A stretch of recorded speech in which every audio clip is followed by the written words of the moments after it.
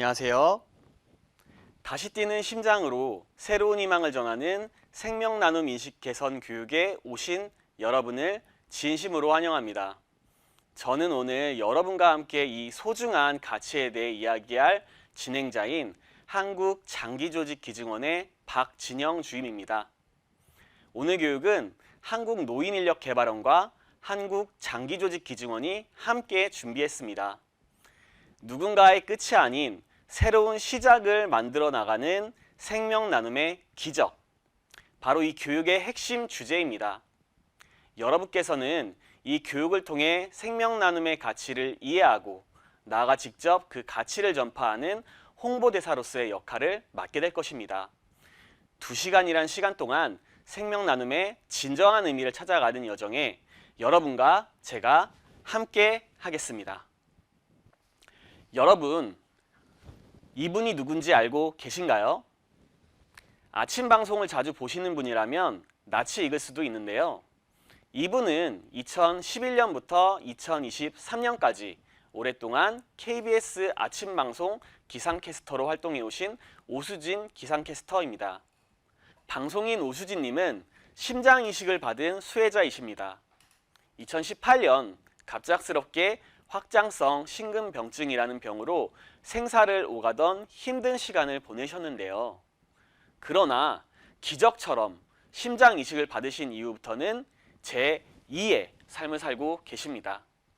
그리고 현재는 저희 한국장기조직기증원의 홍보대사로 활동하며 생명나눔의 소중한 가치를 널리 알리고 계십니다. 저희 한국장기조직기증원은 국내 유일의 장기 구등 및 조직기증 지원 기관으로 보건복지부 산하 공공기관입니다. 저희는 의료기관으로부터 뇌사 추정자나 잠재적 조직기증자 발생 신고를 받아서 기증이 원활하게 이루어지도록 모든 절차를 전문적으로 관리하고 지원합니다. 구체적으로 기증원은 크게 3가지 사업을 진행을 하고 있습니다. 첫째, 기증 관리 사업입니다. 뇌사 추정자나 잠재적인 인체조직 기증자가 발생하면 장기 등 이식에 관한 법률에 따라 저희 기관으로 통보가 오는데요. 저희는 그분들이 기증이라는 숭고한 나눔을 결정하실 수 있도록 전문적인 상담과 관리를 제공하고 있습니다. 둘째, 기증자 예우 및 유가족 지원 사업입니다. 기증은 그 자체로 매우 숭고한 행위입니다. 저희는 기증자분들의 고귀한 결정을 존중하고 유가족분들이 슬픔을 극복하실 수 있도록 기증자 이송 지원, 그리고 기증자 추모 사업, 고위험 가족 대상 전문 심리 지원, 그리고 수혜자와의 서신 교류 등을 통해 다양한 방식으로 지원을 하고 있습니다. 마지막으로 기증인식 제고 사업입니다. 오늘 여러분과 함께하는 이 교육처럼 의료진과 청소년 그리고 일반인을 대상으로 생명나눔의 중요성을 널리 알리는 교육과 홍보 활동을 꾸준히 펼치고 있습니다. 자, 이제 오늘 우리가 함께할 교육의 전체적인 지도, 바로 목차를 함께 살펴보겠습니다. 오늘 교육은 크게 1부 생명나눔에 대한 이해, 2부 생명나눔 홍보의 실제 및 연습으로 구성되어 있습니다. 1부에서는 생명나눔에 대한 우리의 이해를 깊게 하는 데 초점을 맞추겠습니다. 먼저 가벼운 아이스 브레이킹으로 시작할 거예요. 생명나눔에 대한 여러분의 기존 지식을 확인해 보시고 혹시 가지고 계실 수 있는 오해를 미리 풀어보는 시간을 갖겠습니다. 이어서 생명나눔의 가치와 필요성에 대해 이야기할 것입니다. 이식만을 기다리며 고통받는 환자들의 현실을 살펴보고 그들에게 생명나눔이 어떤 의미인지, 왜 이 나눔이 우리 사회에 꼭 필요한지 공감하는 시간을 가질 것입니다. 다음으로는 생명나눔의 개념과 기증 절차를 상세히 알아보겠습니다. 뇌사와 식물인 간의 차이, 장기와 조직기증의 종류, 그리고 실제 기증 과정이 어떻게 진행되는지 단계별로 명확하게 설명해 드리도록 하겠습니다. 이 부분을 통해서 생명나눔이 얼마나 체계적이고 신중하게 이루어지는지 이해하실 수 있을 겁니다. 이렇게 1부가 마무리되면 잠시 쉬는 시간을 가진 후 2부로 넘어갈 것입니다. 2부는 여러분 한 분 한 분이 생명 나눔의 홍보대사로서 직접 활동하기 위한 실질적인 내용들로 구성을 했습니다. 가장 먼저 개정된 장기 등 이식에 관한 법률에 대해 알아보겠습니다. 법률의 주요 내용을 살펴보면서 어떤 부분을 유심히 살펴봐야 하는지 알려드리겠습니다. 이어서 여러분이 가장 많이 홍보하게 될 기증희망 등록 절차와 방법을 안내해 드릴 것입니다. 등록이 얼마나 쉽고 간편한지, 그리고 기증희망 등록이 가지는 의미는 무엇인지 명확하게 전달해 드리겠습니다. 그리고 현장에서 가장 많이 듣는 질문들을 중심으로 생명 나눔 팩트 체크 시간도 갖겠습니다. 다양한 오해들을 시원하게 풀어드리는 시간을 통해서 여러분께 더 자신감을 가지고 홍보에 임하실 수 있도록 제가 돕겠습니다. 마지막으로 여러분이 현장에서 바로 활용할 수 있는 홍보 실습을 진행하며 오늘 교육의 모든 내용을 총 정리해 보겠습니다. 자, 이 목차를 따라서 저와 함께 의미 있는 여정을 떠나볼까요? 자, 본격적인 교육에 들어가기 전에 간단한 퀴즈로 몸과 마음을 가볍게 풀어보겠습니다. 화면에 나오는 질문을 보시고요. 맞다 싶으면 O, 아니다 싶으면 X라고 속으로 답해보세요. 정답은 제가 바로 알려드리겠습니다. 틀려도 괜찮습니다. 편하게 즐겨주시면 좋습니다. 그러면 1번 질문입니다. 자, 장기 기증이 가능한 연령은 70세까지다? 정답은 X입니다. 실제로 80세가 넘으신 어르신께서도 장기 기증에 성공한 사례가 있습니다. 연령보다는 기증 시점의 건강 상태가 가장 중요합니다. 자, 그럼 이어서 2번 질문입니다. 식물인간은 장기 기증을 할 수 없다? 정답은 O입니다. 왜 그런지는 잠시 후 내사와 식물인간의 차이를 설명하면서 자세히 알려드리도록 하겠습니다. 중요한 것은 장기 기증은 뇌사 상태에서만 가능하다는 사실입니다.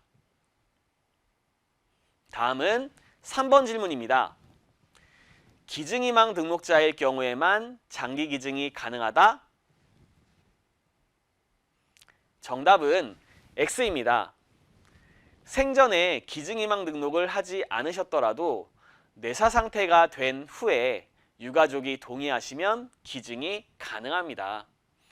이 점이 많은 분들이 오해하시는 부분 중 하나입니다. 자, 이제 4번 질문입니다. 팔, 손, 다리, 발도 기증이 가능하다? 정답은 O입니다.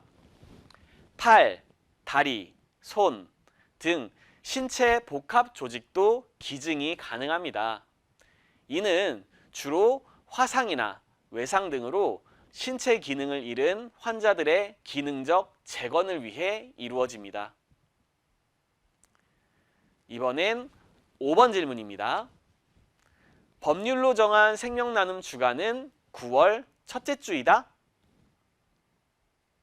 정답은 X입니다. 9월 첫째 주는 양성평등 주간이며 장기 등 이식에 관한 법률에 명시된 생명나눔 주간은 9월 둘째 주입니다. 혹시 이 영상을 보는 여러분께서는 5개의 문제 중 몇 개를 맞추셨나요? 만약 4개 이상을 맞추셨다면 보통 사람에 비해 생명나눔에 대해 더 잘 알고 있다고 생각하셔도 괜찮습니다. 4개 이상을 못 맞추셨더라도 저와 함께 오늘 교육을 끝까지 잘 들으신다면 생명나눔에 대한 이해가 더욱 깊어질 것이니 교육을 잘 들어주시기 바랍니다. 자, 이제 교육에 본격적으로 들어가기 전에 오늘 이 강의가 여러분께 어떤 의미를 갖게 될지 3가지 키워드로 말씀드리고자 합니다.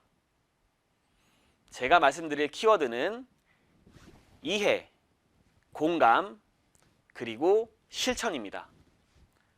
첫 번째 키워드는 이해입니다. 오늘 강의에서 다루는 내용들은 여러분이 평소에 접하기 어려운 의학적 그리고 법률적 용어들을 포함하고 있습니다. 하지만 걱정하지 않으셔도 됩니다. 모든 세부 내용을 완벽하게 암기하실 필요는 없습니다. 중요한 것은 핵심 개념을 정확하게 이해하는 것입니다. 뇌사는 어떤 상태인지, 장기 기증은 왜 뇌사 상태에서만 가능한지, 기증 시에는 왜 가족의 동의가 필요한지와 같이 큰 흐름과 핵심적인 사실들을 명확히 파악하는 데 초점을 맞춰주세요. 이 시간은 여러분이 생명 나눔에 대한 정확한 지식을 갖추고 오해를 바로잡는 전문가가 되는 첫걸음이 될 것입니다. 두 번째 키워드는 공감입니다. 단순히 지식을 쌓는 것만으로는 충분하지 않습니다. 이 교육을 통해 우리는 이식만을 기다리며 고통받는 환자들과 그 가족들의 절박한 마음을 느껴봐야 합니다. 또한 사랑하는 이를 떠나보내는 슬픔 속에서도 다른 생명을 살리기로 결정한 기증자와 유가족의 숭고한 마음에 깊이 공감해야 합니다. 이 공감이 여러분의 마음을 움직일 때 비로소 여러분의 홍보 활동은 진정성을 갖게 될 것입니다.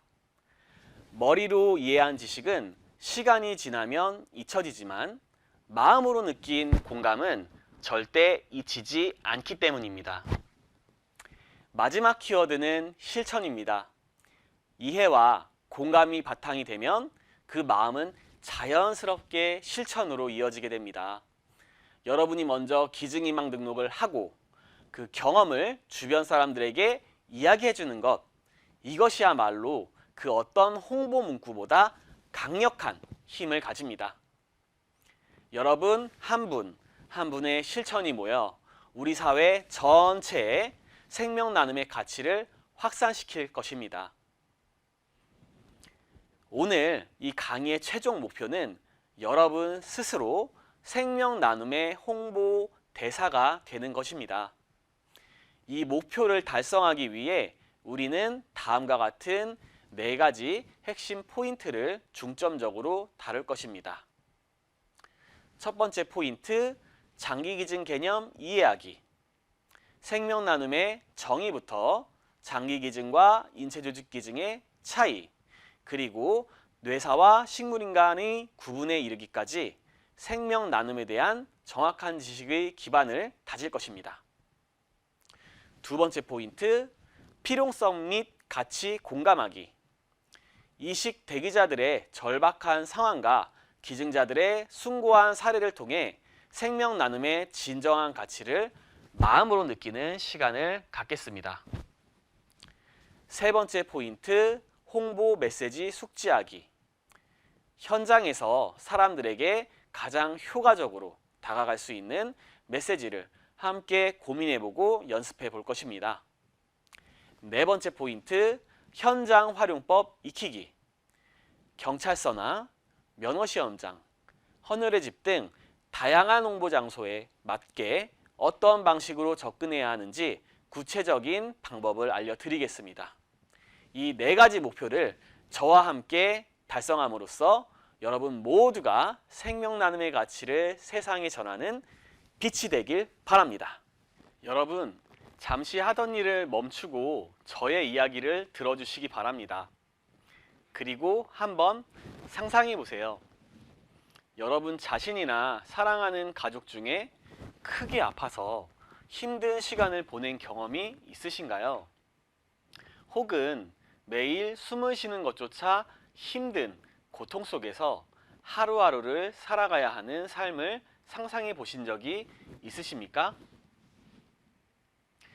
우리가 사는 세상에는 이식만이 유일한 희망인 환자들이 너무나도 많이 존재합니다. 그분들의 하루는 끝이 보이지 않는 막막함, 그리고 기약 없는 기다림 그 자체입니다. 아침에 눈을 뜨는 순간부터 오늘은 이식 연락이 올까 하는 신락 같은 희망과 함께 만약 오늘이 내 마지막 날이라면 이라는 절망이 공존하는 삶을 살고 있습니다. 이러한 고통은 환자 본인에게서 끝나지 않습니다. 환자를 돌보는 가족들은 육체적이고 심리적인 고통은 물론 경제적인 어려움까지 감당하며 함께 무너져 갑니다. 아픔과 고통은 한 개인의 삶을 넘어 가족 전체의 삶을 뒤흔드는 거대한 폭풍과도 같습니다. 생명 나눔은 바로 이 폭풍 속에서 꺼져가는 희망의 불씨를 되살리는 일입니다. 저희 한국장기조직기증원에서 제작을 지원한 KBS의 다큐멘터리 3일을 일부 발췌한 영상을 통해 이식 대기자의 삶의 모습은 어떠한지 잠시 화면을 통해서 함께 살펴보도록 하겠습니다. 말기 신부전증을 앓는 윤태관 씨를 만났습니다.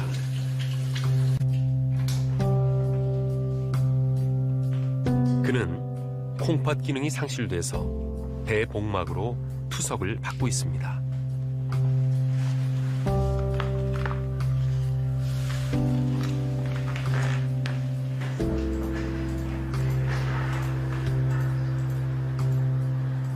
그 생활 자체가 네. 이렇게 제대로 된 생활을 하기 힘들겠어요. 계속 투석을 받으셔야 되고. 네. 아무래도 불편하죠. 자는 것도 우선 이게 신부전이면 우선 불면증도 같이 오거든요.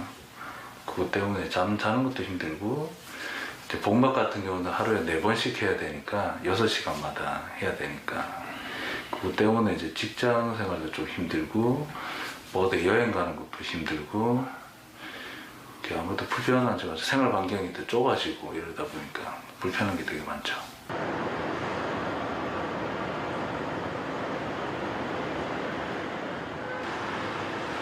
15살 때부터 앓기 시작한 병은 신부전이 되어 20년이 훌쩍 넘도록 그를 괴롭히고 있습니다. 인생에 한번 진짜 이식이 되면 인생 한번 진짜 제대로 살아보죠. 진짜 평범하지만 진짜 제대로 한번 살아보죠. 그런 기회가 없었으니까. 사모님은 언제가 제일 좀 안타까우세요?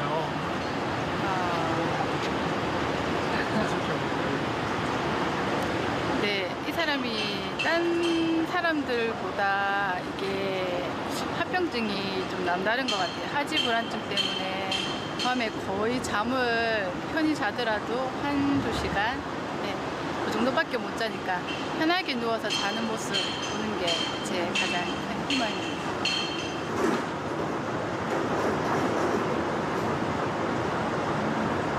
아이들은 연애 왔었어요? 네, 어제 왔었어요. 뭐래요? 아이들한테 그래서 고마운 게 이제 아버지가 남들처럼 다 못해주는데도 애들이 얼굴에 그늘이 없어가지고 그래서 애들만 보면 그래도 항상 이렇게 웃게 되고 기분이 좋아요. 그래서 그게 고마워요. 항상 밝은 애들이라 그게 되게 기분 좋아요. 힘이 돼요. 그 아이들을 위해서라도 네.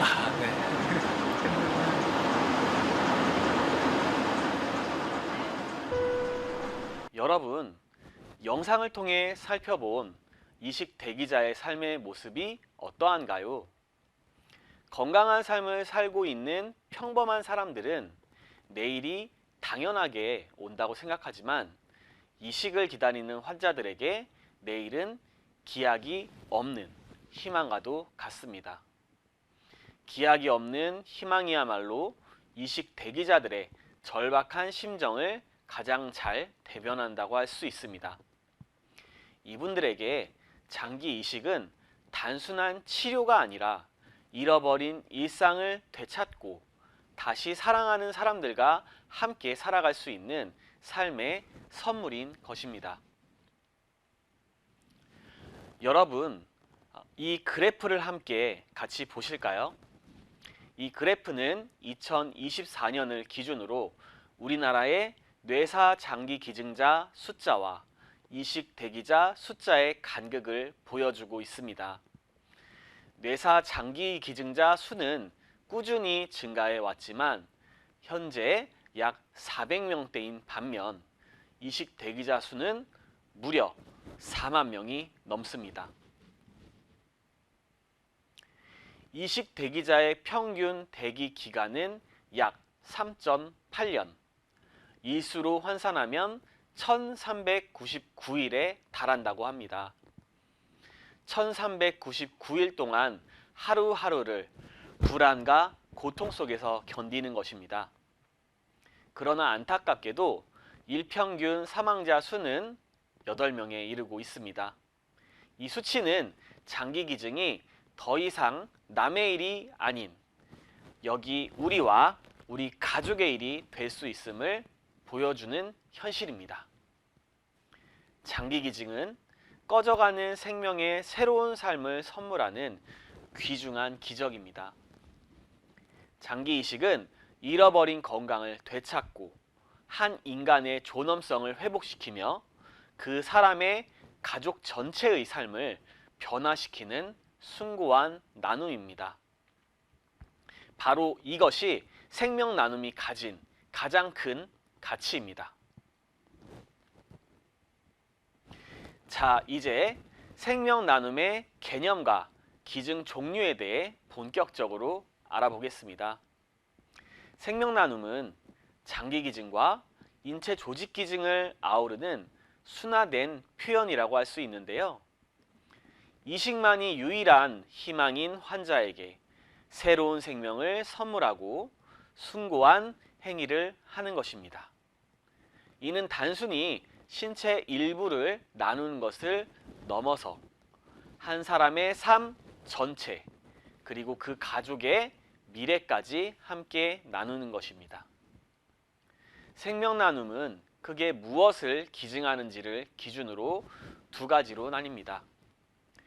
첫 번째는 장기 기증입니다.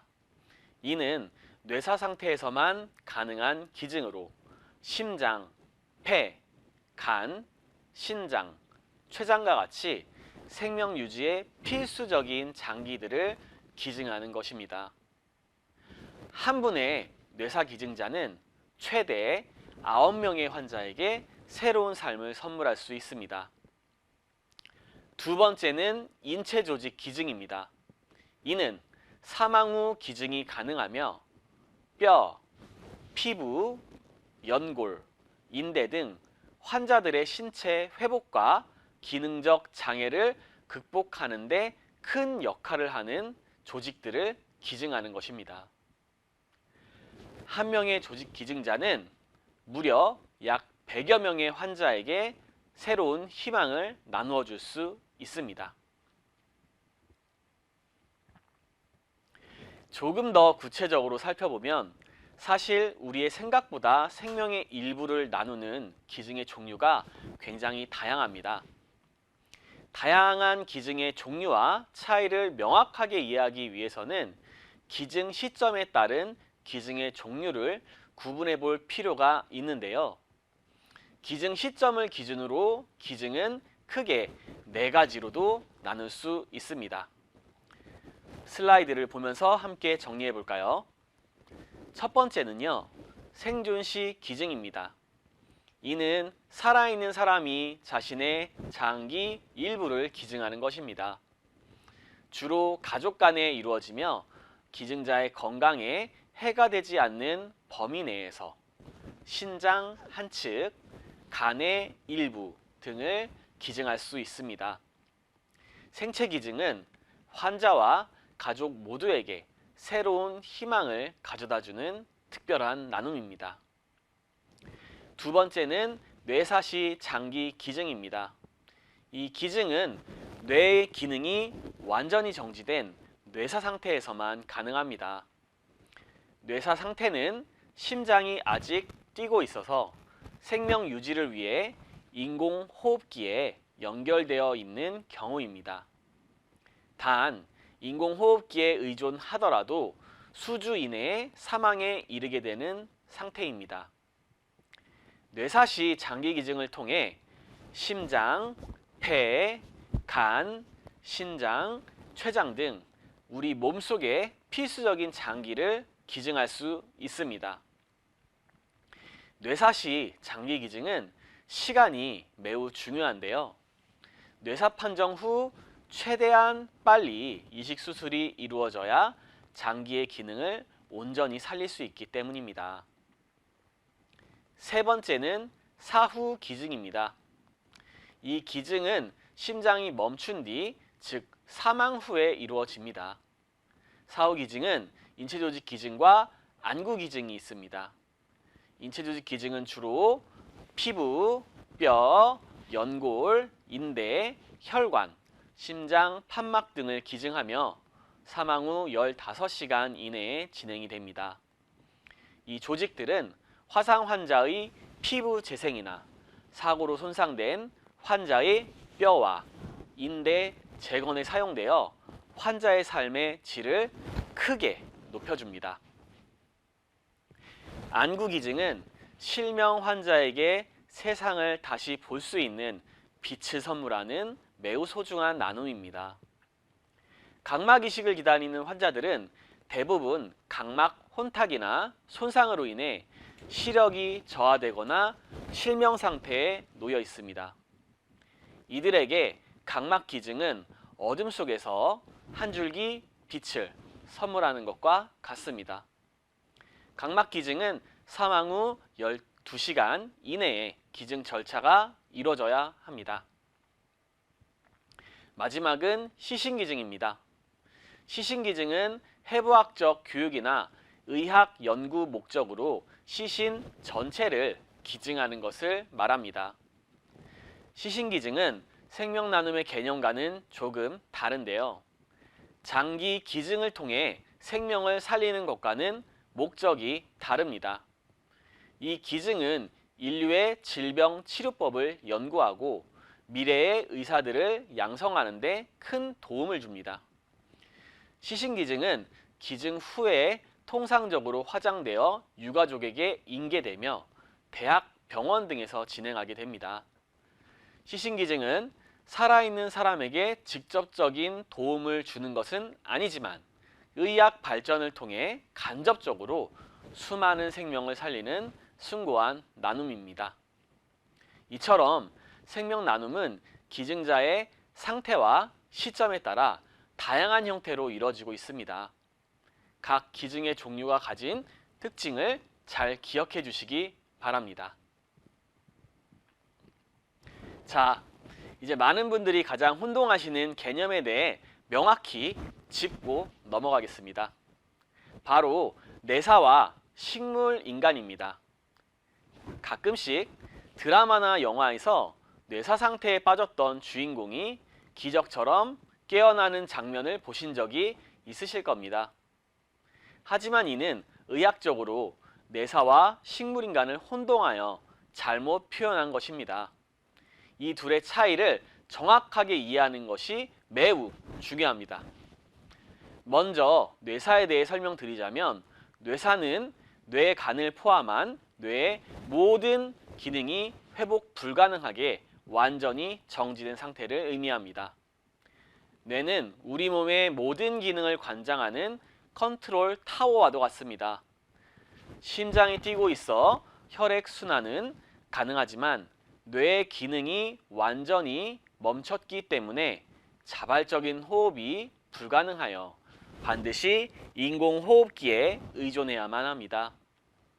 뇌사 상태는 아무리 첨단 의학 기술로 생명을 연장하려 해도 수일 혹은 수주 이내에 심장이 멈춰서 사망에 이르게 됩니다.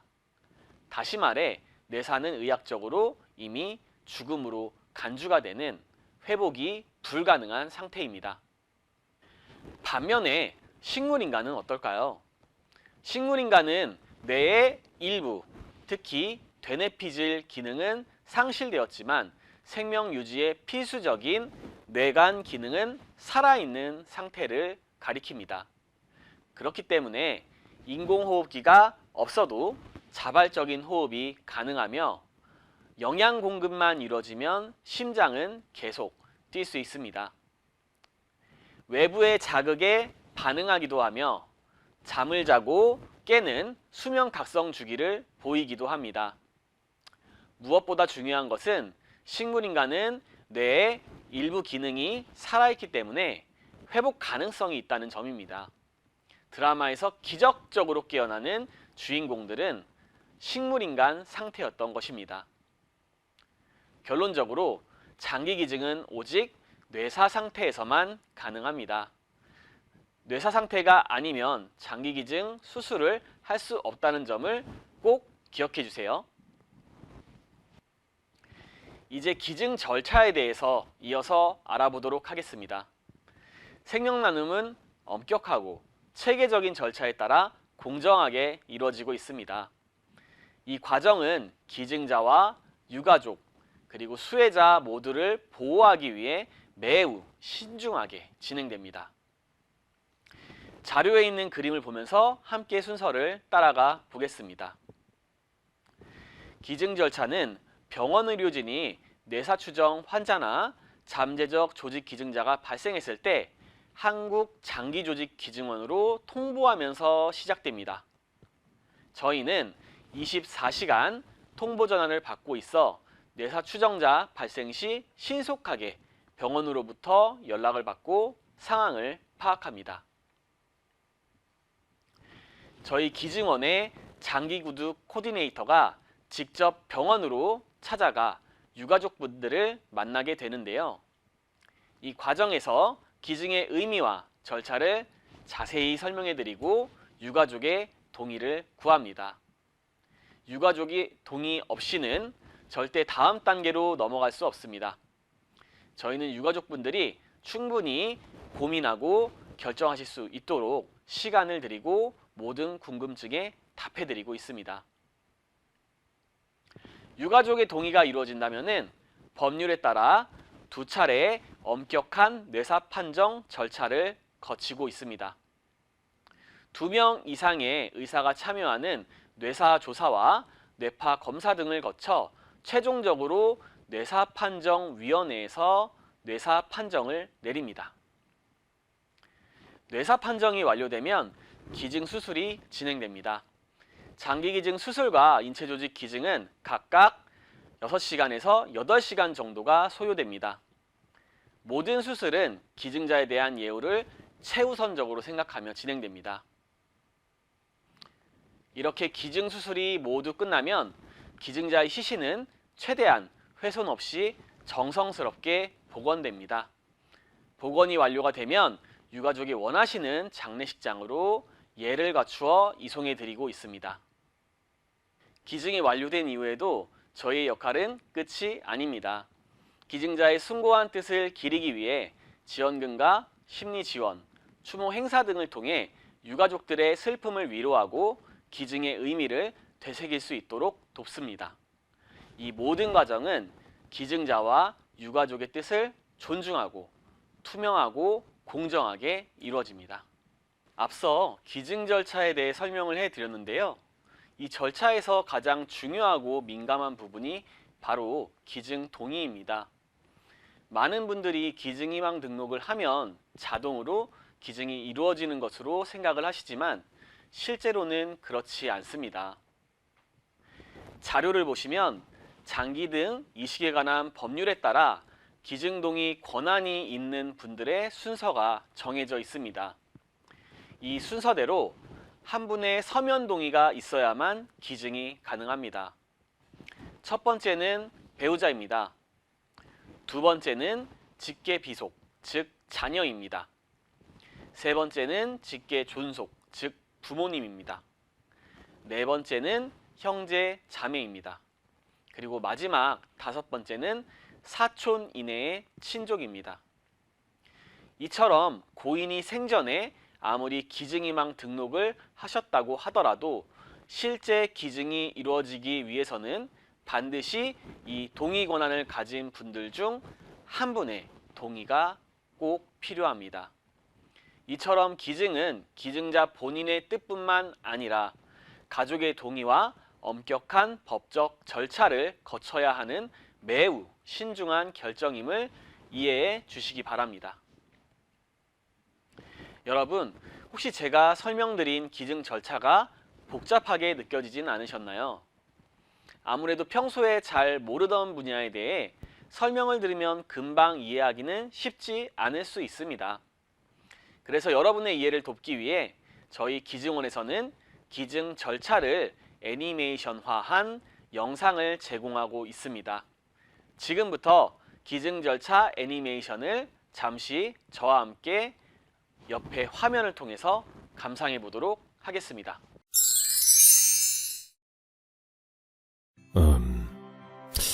그래서 지원군의 상태는 식물인간과는 다른 뇌사 상태인 것으로 보입니다. 그게 무슨 말씀이신지? 뇌관이 손상되지 않은 식물인간은 자발 호흡이 가능하기 때문에 소생할 가능성이 있지만 아드님은 뇌사 상태로 어떠한 치료를 해도 회복 가능성이 없는 것으로 확인됩니다. 세상에. 이런 소식을 전하게 되어 정말 유감입니다. 병원에서는 장기 기증이 가능한 뇌사자가 발생하면 공공기관인 한국장기조직기증원에 신고해야 하고 이후 장기 구득 코디네이터가 와서 안내를 도와드립니다. 한번 만나보시겠습니까? 네, 만나볼게요.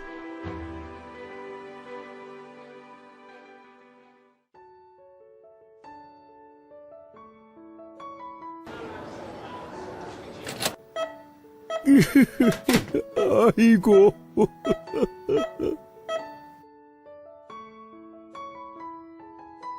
안녕하세요. 저는 한국장기조직기증원에서 나온 코디네이터 한유라라고 합니다. 아, 네. 말씀 들었어요. 저희는 병원에서 연락을 받으면 방문해서 환자분을 살피고 보호자들에게 장기기증이라는 또 다른 선택의 기회가 있다는 것을 알려드리고 있어요. 네. 장기기증은 뇌사시에만 가능한 아주 특별한 다른 누군가를 구할 수 있는 방법이에요.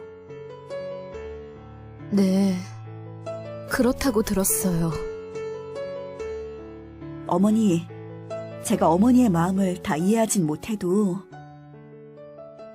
가족분들의 고민을 충분히 이해하고 있습니다. 가족분들께서 장기기증을 선택해 주신다면 장기가 제 기능을 못해 고통을 겪는 분들을 구할 수 있답니다.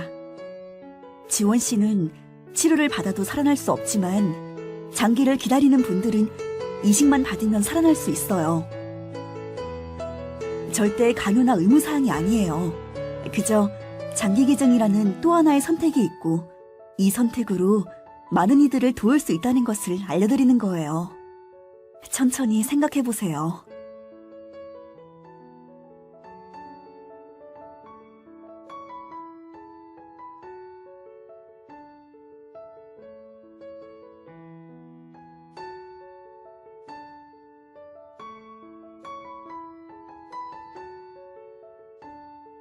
엄마, 나 다 나으면 같이 놀이동산 가는 거다. 알았지? 알았지? 그래. 조금만 기다리면 기증자가 나타날 거야. 건강해지면 꼭 놀러 가자. 장기 기증을 선택해 주신다면 저희와 같은 고통을 겪는 분들을 구할 수 있어요.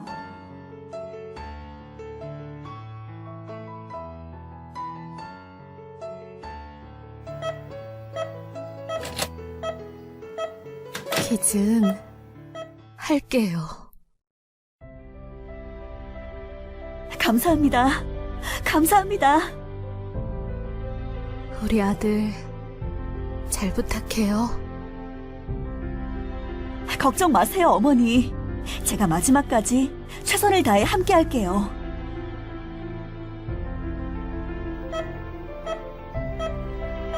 열심히시네요. 그럼요. 최선을 다해야죠. 이제 2차례의 뇌파 검사와 뇌사 판정 위원회를 거쳐 신중하게 뇌사 판정을 결정하고요. 그 후에 수혜자들이 선정되면 각 병원의 의료진이 협의하여 수술을 진행하게 돼요. 만약 기증자분의 가족 중 이식 대기자가 있다면 이식을 먼저 받을 수 있도록 약간의 가산점을 드리고 있습니다. 그렇군요. 이지원 환자 담당자님, 네,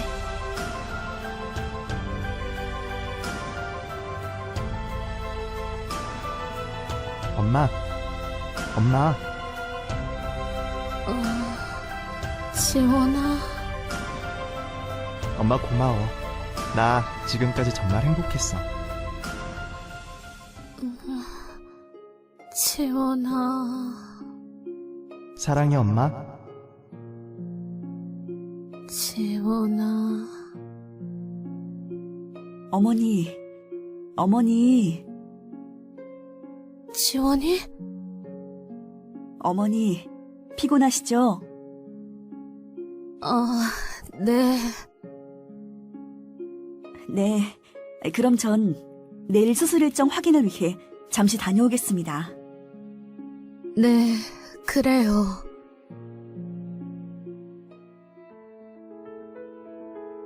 그럼 이지원님의 추도사를 낭독하겠습니다.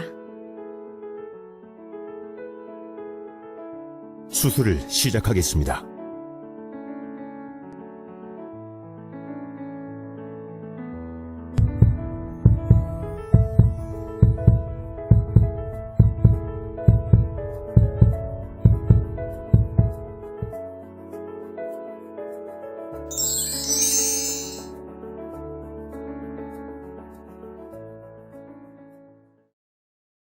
영상을 보고 나니까 어떠신가요, 여러분? 방금 보신 영상이 뇌사 추정자 통보부터 장기 적출까지의 전체 과정을 한눈에 보여주었죠. 설명만 들었을 때보다 훨씬 이해하기 쉬우셨을 것이라 생각합니다. 그리고 방금 보신 영상에서 여러분들이 세세한 과정을 모두 기억하실 필요는 없습니다. 기증은 뇌사 상태에서만 가능하고 가족의 동의가 반드시 필요하다. 이 2가지 핵심 포인트만 꼭 기억해 주세요. 이제 다음으로 많은 분들이 궁금해하시는 부분을 살펴볼 차례입니다. 바로 기증자 예우와 가족 지원 제도인데요. 기증 절차가 끝난 뒤에 기증자와 그 가족이 어떤 방식으로 존중을 받고 지원을 받는지 저와 함께 자료를 통해서 자세히 알아보겠습니다. 이 내용은 기증 문화를 이해하는 데 매우 중요한 부분이니 함께 집중해서 살펴보시죠. 장기 조직 기증은 단순한 의료 행위를 넘어 한 사람의 생명을 여러 사람에게 나누는 숭고한 결정이죠. 그래서 한국장기조직기증원은 기증자의 존엄과 가족의 마음을 지키기 위해 다양한 지원과 예우를 제공하고 있습니다. 기증자 예우와 가족 지원은 기증 단계에 따라 체계적으로 제공되고 있는데요. 화면을 같이 보시죠. 먼저 기증 진행 중에는 기증자 가족에 대한 상담, 장례 및 행정 절차에 대한 안내가 제공됩니다. 이는 사랑하는 가족을 갑작스럽게 잃게 되어 경황이 없는 가족들에게 큰 힘이 됩니다. 기증수술이 끝나면 기증자의 시신은 최대한 훼손 없이 정성스럽게 복원됩니다. 수술이 진행된 후에는 기증자를 병원 장례식장 또는 유가족이 원하시는 장례식장으로 예를 갖추어 이송하는 서비스를 제공하고 있습니다. 이는 모든 병원에 동일하게 적용되는 사항입니다. 다음은 기증이 완료된 후의 지원입니다. 유가족이 가족 구성원의 상실로 경제적인 어려움에 부딪힐 때 맞춤형 복지를 안내하고 이를 지원하는 기관과 연계를 해드리고 있습니다. 기증자의 숭고한 뜻을 기리고 유가족의 아픔을 위로하기 위해 매년 추모 행사도 열고 있습니다. 기증 완료 후에는 지원금도 지급되고 있습니다. 장기 등 이식에 관한 법률에 근거하여 소정의 지원금이 제공되는데요. 장기 기증 또는 인체조직 기증의 경우 540만 원, 장기 및 인체조직 기증을 모두 하신 경우는 720만 원이 정액으로 지원되고 있습니다. 이러한 모든 노력은 기증자의 숭고한 나눔에 보답하고 유가족분들이 그 아픔 속에서 기증의 의미를 되새기며 위로받을 수 있도록 돕기 위함입니다. 여러분, 혹시 아너워크라는 단어를 들어보셨나요? 아너워크란 뇌사자가 장기 기증을 하기 위해 병상에 누워 수술실로 향하는 길에 병원 의료진 및 관계자가 길 양옆에 서서 기증자에게 존경심과 애도를 표하는 것을 말합니다. 아너워크는 2000년대부터 미국, 유럽 등에서 기증자를 추모하며 유가족을 위로하기 위해 시작되었습니다. 기증자와 그 가족에게 그들이 혼자가 아니라 주변에 많은 사람들이 함께하고 있음을 알려주기 위함이었습니다. 그런데 우리나라에도 이와 똑같이 기증 수술을 위해 수술실로 향하는 기증자분께 존경과 애도를 표하는 울림길이 있습니다.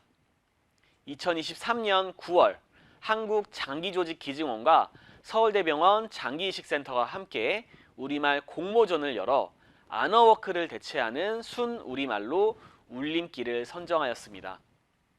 울림길은 누군가에게 새로운 생명을 선물한 영웅의 마지막 순간을 가장 잘 표현하는 말이 아닐까 싶은데요. 과연 울림길의 모습은 어떠한지 지금부터 저와 함께 영상으로 알아보도록 하겠습니다.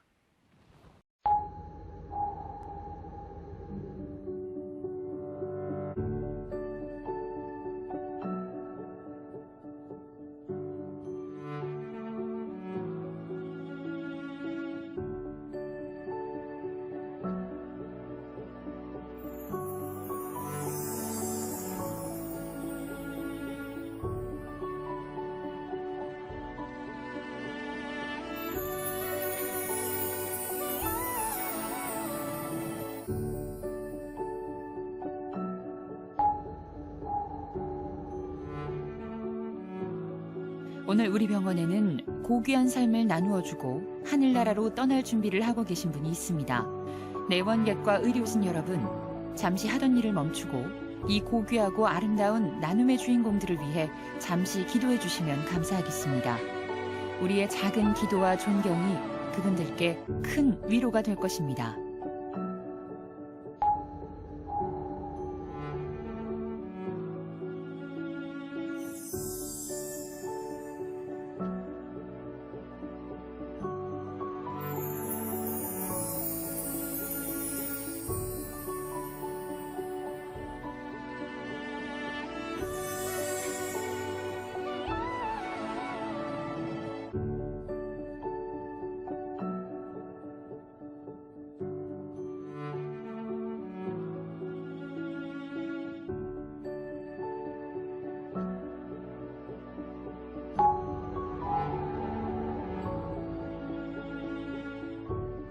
생명을 구하신 기증자와 그 가족 여러분, 감사합니다.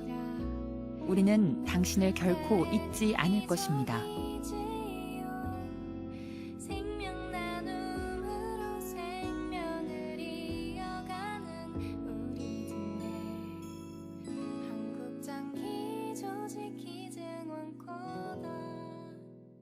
울림길 영상, 여러분은 어떻게 보셨나요? 미국과 유럽 등의 장기기증 선진국과 비교했을 때 우리나라의 장기기증 문화도 점점 성숙해져 가고 있는 것이 느껴지는 것 같습니다. 영상으로 본 울림길처럼 숭고한 생명 나눔을 실천한 기증자를 존중하는 사회적 분위기가 형성된다면 우리나라도 장기기증이 더욱 활성화될 것이라 믿어 의심치 않습니다. 이번엔 기증자 예우에 이어서 생명 나눔의 가치가 우리 삶에 어떤 기적을 선물하는지 실제 사례를 통해 알아보는 시간을 갖겠습니다. 기증자 사례와 이식 수혜자 사례를 각각 살펴볼 건데요. 먼저 우리에게 큰 울림을 주었던 두 기증자의 이야기를 들려드리겠습니다. 첫 번째는 고 박래영 양의 이야기입니다. 2023년 횡단보도를 건너던 중 불의의 교통사고를 당해 끝내 내사 판정을 받으셨는데요. 하지만 그녀는 삶의 마지막 순간 심장, 간, 신장 등을 기증하여 4명의 생명을 살렸습니다. 일남 이녀 중 막내였던 박래영님은 평소에 굉장히 밝고 활동적이었으며 어려운 사람을 보면 먼저 다가가 돕는 따뜻한 마음을 지녔었다고 합니다. 박래영님의 마지막 나눔은 절망에 빠진 4명에게 새로운 삶의 빛이 되어 주었습니다. 박래영님의 사연이 언론에 보도된 영상을 잠시 같이 시청하겠습니다. 햇살 같은 아이입니다. 자, 출근길 횡단보도에서 교통사고를 당해 의식을 잃은 20대 여성이 장기 기증으로 4명에게 새 삶을 선물했습니다. 가족들은 햇살 같던 선한 막내딸을 생각하며 장기 기증을 결심했다라고 밝혔습니다. 예. 자, 지금 장기 기증을 한 분의 모습인데요. 가족들이 기억하는 박래영 씨는 햇살 같고 또 복숭아 같고 남들에게 웃음을 주고 행복을 주던 아이였습니다. 일남 이녀의 막내였던 박 씨가 안타까운 사고를 당한 건 지난 9월이었는데요. 생일 열흘 전에 출근을 위해서 집을 나선 딸은 초록불에 횡단보도를 건너던 중에 차에 치였습니다. 운전자는 정차 중 차에 떨어진 서류를 줍다가 브레이크에서 발이 떨어졌고 차가 앞으로 나가니까 당황해서 브레이크 대신에 가속 페달을 밟게 됐습니다. 자, 그러면서 차에 치인 보행자 4명 중에 3명은 가벼운 찰과상을 입었지만 1명, 이 딸은 뇌사 상태에 빠졌습니다. 아이고, 이렇게 막내를 담당하고 있었던 이렇게 너무 선한 인상의 소녀인데 이렇게 네. 빨리 헤어지게 될 줄 정말 몰랐을 것 같고 그만큼 너무나 많이 힘드셨을 것 같습니다. 네. 근데 또 기특하게도 또 장기 기증까지 하고 떠났어요. 그러니까 일단은 그 박래영 씨는 뇌사 장기 기증으로 심장과 간, 또 신장을 기증해서 4명의 생명을 살렸습니다. 박 씨는 밝고 활동적이며 어려움을 겪는 사람에게 먼저 다가가는 그런 따뜻한 심성을 지녔고 또 평소 헌혈과 봉사를 하는 등 선행의 앞장을 섰는데요. 가족들은 평소 지인들에게 선물하는 걸 좋아했던 딸을 떠올리면서 장기 기증을 결심했다라고 합니다. 가족의 이야기 들어보시죠. 네. 우리 내용이처럼 그렇게 남들을 생각하고 남들한테 행복을 주고 진짜 햇살처럼 반짝반짝 빛나게 좋은 일을 하면서 살았으면 좋겠어요. 네, 박래영 씨 어머니가 이제 기증 받으신 분들께 이렇게 당부의 말씀을 전하는 걸 저희가 전해드렸는데 밝고 착했던 햇살 같던 박래영 씨, 이 고인의 명복을 같이 빌겠습니다. 아울러 용기 내주신 가족분들도 앞으로 좋은 일만 가득하시길 빌겠습니다. 영상에서도 언급된 것처럼 정말 햇살같이 아름다웠던 박래영님의 생전의 모습을 보니 제 마음도 함께 안타까워지네요. 기증자 사례 두 번째는 고홍준 군의 이야기입니다. 제주에서 태어나 자란 홍준 군은 작은 것 하나도 친구들과 나누고 양보할 정도로 마음이 따뜻했다고 합니다. 그리고 휘파람 부는 것을 너무 좋아해서 주변에 휘파람 소년이라는 별명까지 가지고 있었다고 하는데요. 9살 난 휘파람 천사 홍준군은 갑작스러운 뇌출혈로 세상을 떠나게 되었지만 마지막 가는 길에 심장과 폐, 간, 신장, 각막 등을 기증하여 무려 7명에게 새로운 생명을 선물하였습니다. 기증자 사례에 이어서 수혜자 사례를 살펴보겠습니다. 방금 들려드린 휘파람 천사 홍준군이 선물한 심장을 이식받은 어린 친구의 이야기인데요. 우리 몸의 장기는 몸의 크기에 비례해서 홍준군처럼 어린 기증자의 장기는 비슷한 또래의 몸 크기를 가진 이식 대기자에게 보통 이식이 되는데요. 이 아이는 2살 때부터 확장성 심근병증이라는 진단을 받고 인공 심장을 이식받아야 할 정도로 건강이 매우 안 좋았다고 합니다. 더군다나 인공 심장은 성인에게 맞춰진 크기로 몸 밖에 위치하고 무게도 무거워서 어린 친구가 감당하기에는 매우 고통스럽습니다. 그러던 와중에 홍준이가 나눠준 심장을 이식받아서 지금은 이렇게 화면에 보이듯이 건강을 회복해서 누나와 등하교를 같이 하는 평범한 아이로 자라고 있다고 합니다. 또한 옆에 자료화면처럼 이 아이가 홍준이로부터 받은 심장이 건강하게 잘 뛰고 있다는 걸 증명하는 심전도 그래프가 홍준이 부모님께 전달되어서 홍준이의 부모님은 마치 홍준이가 바로 옆에 살아있는 것처럼 매우 기뻐하셨다고 합니다. 이처럼 장기기증은 한 사람의 끝이 아니라 또 다른 누군가의 새로운 시작을 선물하는 기적입니다.